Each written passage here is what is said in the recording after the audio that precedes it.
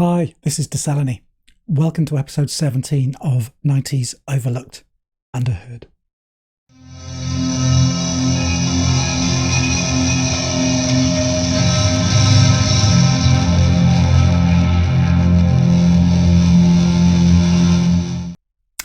Hey, welcome back. Yeah, just one of those occasional infrequent reminders that I tend to drop when I remember. You're watching 90s Overlooked Underheard, which is a chronological list of 50 underrated, unsung albums of the 1990s. This episode has now just put us just over halfway during that list of 50. So if you do check in the description down below, as well as all the usual stuff, I have now added a link to the Spotify playlist, which contains a track from each album so far. I will continue adding tracks to that episode by episode. So yeah, check that link if you want to hear some of the music that I'm talking about. Yeah, so today I'm going to talk about hip hop for the first time. And yes, the 90s was the decade when hip hop kind of changed massively. Yeah, I think probably at around about this time you could argue there were kind of three strands within hip hop culture that were still kind of vying for a place at the table. So you would get the socially conscious rap. That was kind of the political end of the hip hop spectrum, where you would find bands like A Tribe Called Quest, Boogie Down Productions, I guess things like Arrested Development, may even count De La Soul in that, and today's artists, Public Enemy. Another strand would be the kind of gangster rap. This would include people like NWA, Ice-T, Ice Cube, maybe even Wu-Tang. Yeah, I think Wu-Tang Clan would probably just about count as gangster rap, although I think we tend to think of gangster as being a West Coast thing, and the Wu-Tang being an East Coast hip-hop crew would probably have been referred to as hardcore hip-hop rather than gangster, but we're probably splitting hairs there.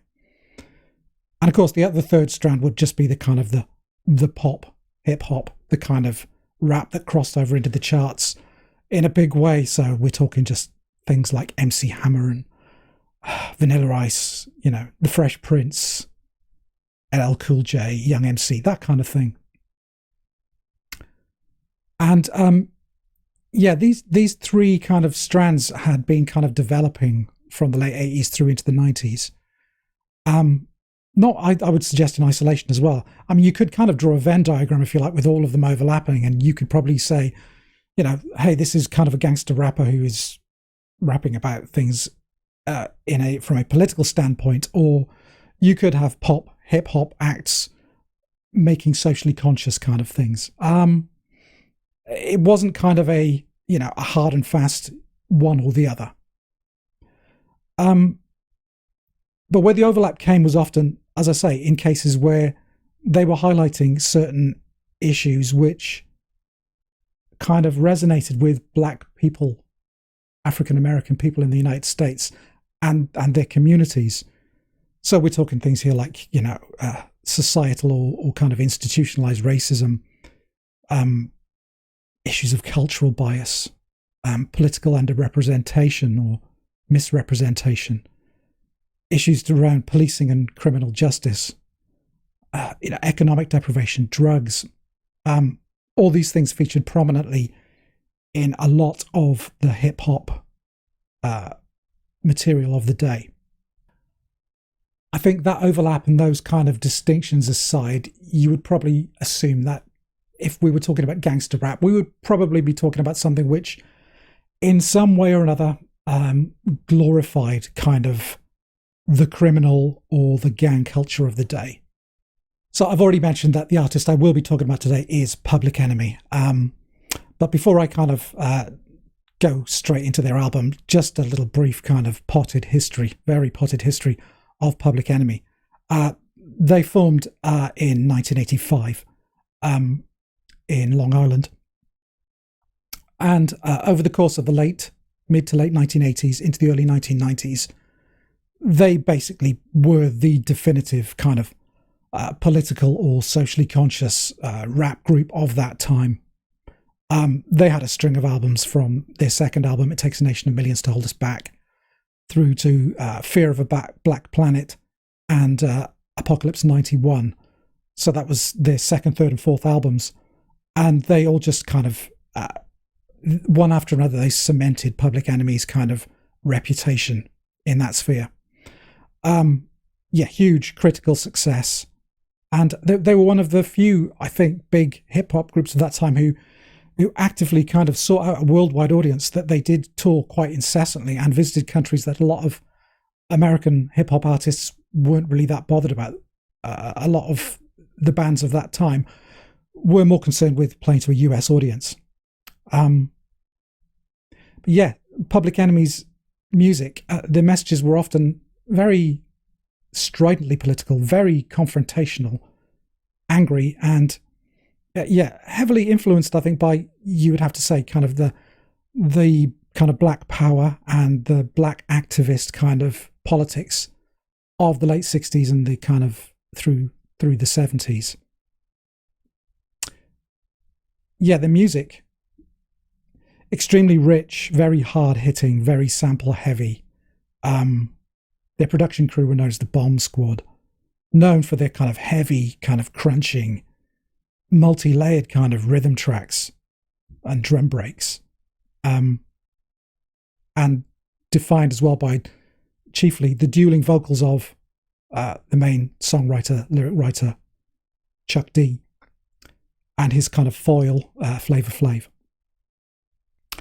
So I'll introduce today's album, and it is Music in Our Mess Age by Public Enemy, released in August of 1994.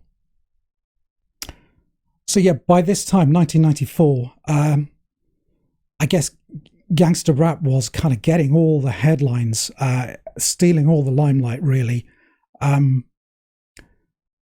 Things like MTV had finally brought this music to a kind of a whiter, I guess, suburban audience, and they were loving it. They were kind of responding to the kind of the street imagery, the kind of the violent kind of anti-authoritarian kind of message of the music. This is the decade of, the parental advisory stickers on CDs and albums. And I would imagine that a lot of gangster rap albums would have fallen into that category. But Public Enemy at this time, it had been 3 years since their last album, Apocalypse 91. And that was quite a big gap. It's quite a big gap in hip-hop. A lot can happen in 3 years in terms of the kind of culture, the tastes, the way people made the music. And I think this was the first time that critics were kind of questioning Public Enemy's kind of position within the kind of hip-hop rap hierarchy. As I said, audiences were kind of responding very strongly to this kind of the gangster rap records of the time. It's kind of earthier and kind of cooler in some ways, I guess. I guess that was the perception, at least. Along with the kind of the shock value that came with, the violent imagery, the violent tales, the kind of the earthiness of it. But there was still room for kind of more thoughtful, political, socially conscious rap music at the top table, I think. And yes, by 1994, Public Enemy were kind of still there. So yes, Music in Our Mess Age. This was an album that did divide the critics. I believe the Rolling Stone magazine gave it kind of quite a scathing review. There was criticism of, the rhymes, the production style. Some were passing it off as kind of yesterday's music or, old hat. A number of critics, however, did praise it for the way it kind of took gangster rap head on and was kind of focusing its intensity on what the effect of this was on the black community, with Chuck D's eloquence and precision and passion. All that said, I think most critics were generally considering it possibly the weakest Public Enemy release up to that point. But I think a retrospective kind of look back at it is well worthwhile. And while you could accuse the album of possibly being a bit on the long side, as were many kind of hip-hop albums of that period, I think it's pretty undeserving of a lot of the criticism it got. So the sound and the kind of production style of the album was still being handled by the Bomb Squad.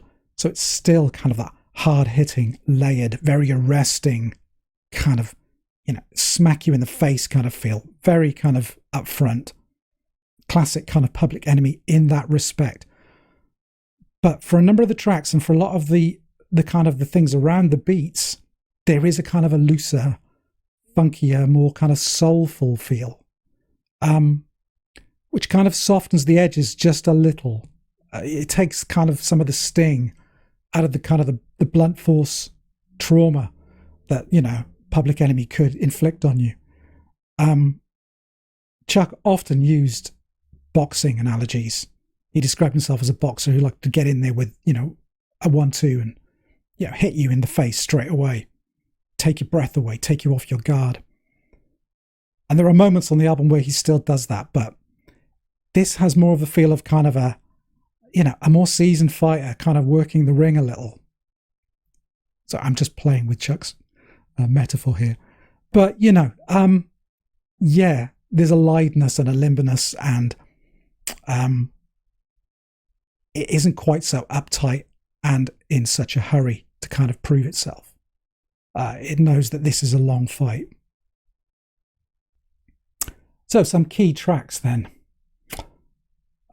Give It Up was the lead single off the album, and features a very kind of prominent sample from Opus de Soul by Albert King, Steve Cropper, Pop Staples, which is kind of a Stax soul classic. And I think the Stax kind of sound, the Stax soul vibes, is the one kind of thread you can find through this album, which you wouldn't have heard on another Public Enemy album.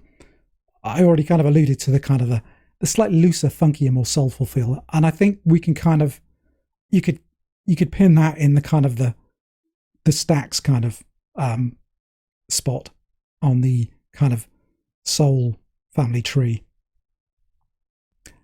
So yeah, but Give It Up is kind of the catchy, the single. I wouldn't exactly call it party music, but it definitely has a friendlier, kind of more welcoming sound. And it's got a big kind of sing-along chorus of give it up now.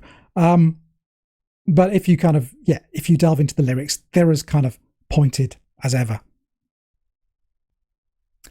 I think What Side You On, the track What Side You On, that also channels a similar kind of, like I say, a Stax vibe, this kind of call and response thing going on, which was kind of quite a thing with artists like Stax artists like Sam and Dave. Kind of a gospel-y kind of feel.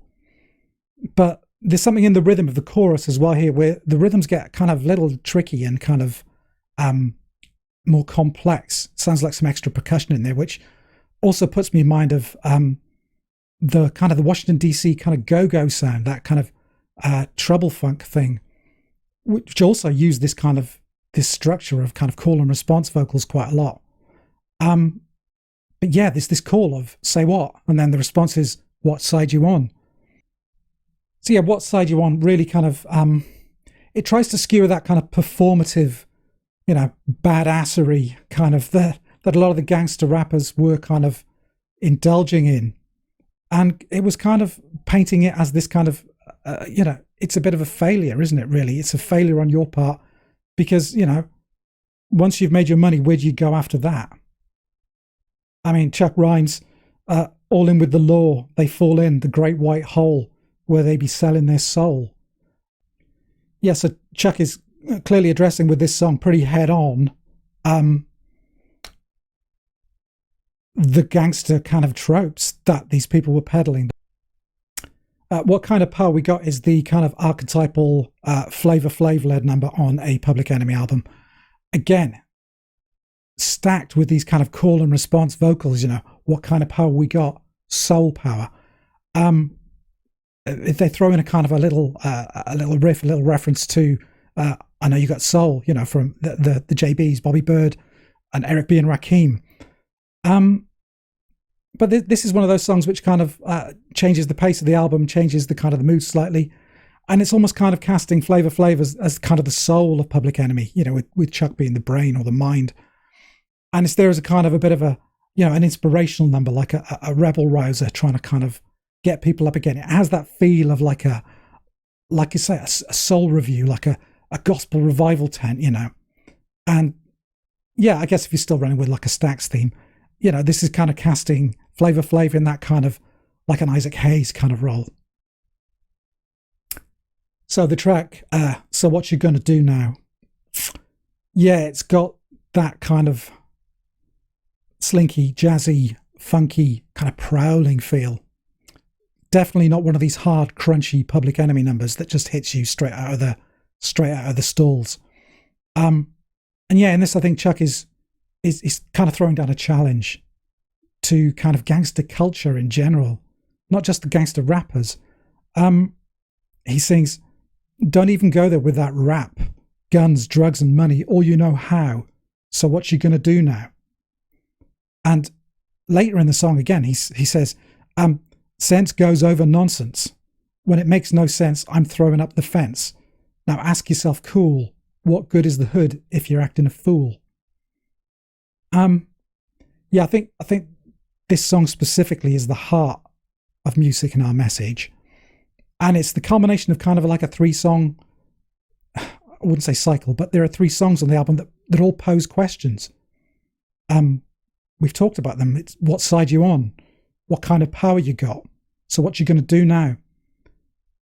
This is quite unusual in the Public Enemy kind of discography. Normally they're trying to come up with answers, they're giving solutions, they're making proclamations, they're observing, they're giving advice. But this is Public Enemy looking for answers. They're posing questions. They're saying, what are we going to do about this? What are you going to do about this?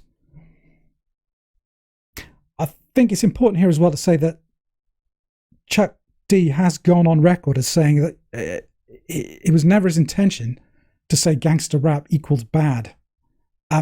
No, the music has a great deal of worth to it. And if it's just kind of storytelling, or if it's coming from a place of truth, then that's what it is. It's literally kind of serving the purpose of what hip hop and rap music was there to do. I think Chuck D saw that gangster culture was kind of damaging communities in more than one way, in a very real sense, in terms of, the violence and the, black on black violence, just senseless kind of gang killing culture of that time. And he also saw the longer term damage in cultural terms, in the way that black communities were represented in the media. And he saw his place as an artist to be kind of seen to be doing something about it. So tracks like these are him posing these questions to the gangster rappers of the day, saying, the ball's in your court. You need to do something about this because you can see the damage that is being wrought across black communities. Yeah, Chuck D was basically doing with Public Enemy on this album what he has always done, which is trying to do something constructive to address failings in society and to suggest answers either from himself or from those people who were in a position to do something about it. This is what Public Enemy was all about.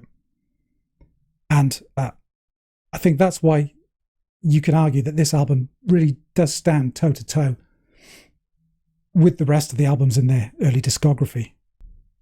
I think lyrically and sonically, it has links with the classic kind of Public Enemy sound.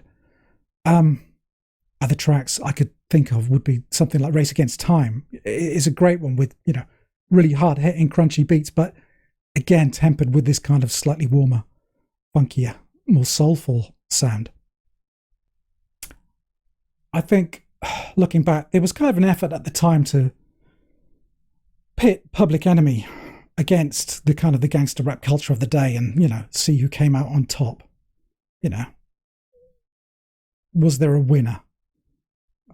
Yeah, was this some kind of battle of, ideology? I don't think it ever was. Chuck D himself wrote a book, which I have here. I'll show you. This is Fight the Power, Rap, Race and Reality. He wrote this in 1997, and he addresses a lot of this within the book. It's well worth the read. The one thing that is odd about the book is because of the time it was written, 1997, he's still talking about how rap and hip hop needs to kind of get its act together if it's going to be a viable music for the future. So you have to be prepared to read it in a kind of a retrospective sense, because obviously that future is with us now. But I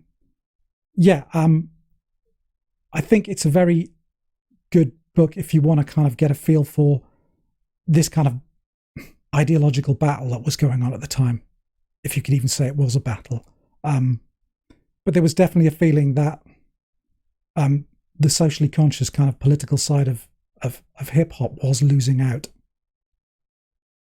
Either way, historical context aside, Muse Sick and Our Mess Age is a really, really good album. And if you haven't heard it, I suggest you give it a listen.